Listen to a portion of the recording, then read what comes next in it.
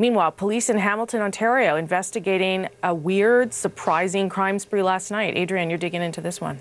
Yeah, very strange, Rosie. Officers are on the hunt for suspects after a masked group descended on a popular strip. They were leaving the community shaken and an awful lot of windows shattered. So about 30 people dressed in black appeared last night. They were setting off fireworks, throwing rocks through the windows of local businesses. And for those out for an evening in Hamilton's downtown, it was pretty frightening. Ron Charles spoke with those picking up the pieces. Donna Powell spent the morning sweeping up the broken glass from the windows of her real estate office. Just sick that somebody would think that this is an appropriate thing to do to business owners. Like, it's just like a random act of violence against people who can't defend themselves.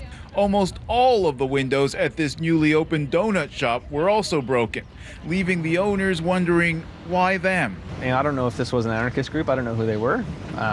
But everyone's questioning why are, independent small businesses being targeted, and I don't know if it was targeted. Police say there was about $100,000 worth of damage. It wasn't just the targeted businesses affected. Hannah Ralph and her family watched it all in terror from their home.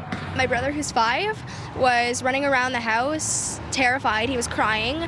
My parents were trying to figure out what was going on. Hamilton police are still investigating. It's too early in the investigation to identify who the group was.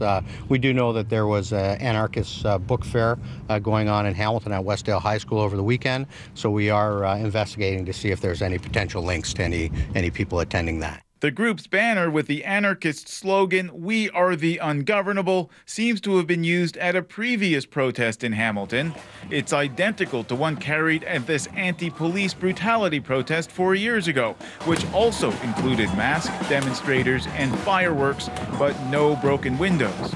The response from people here in Hamilton to the mayhem, messages of love and hope on the plywood covering the smashed windows, patrons packing this business to show their support.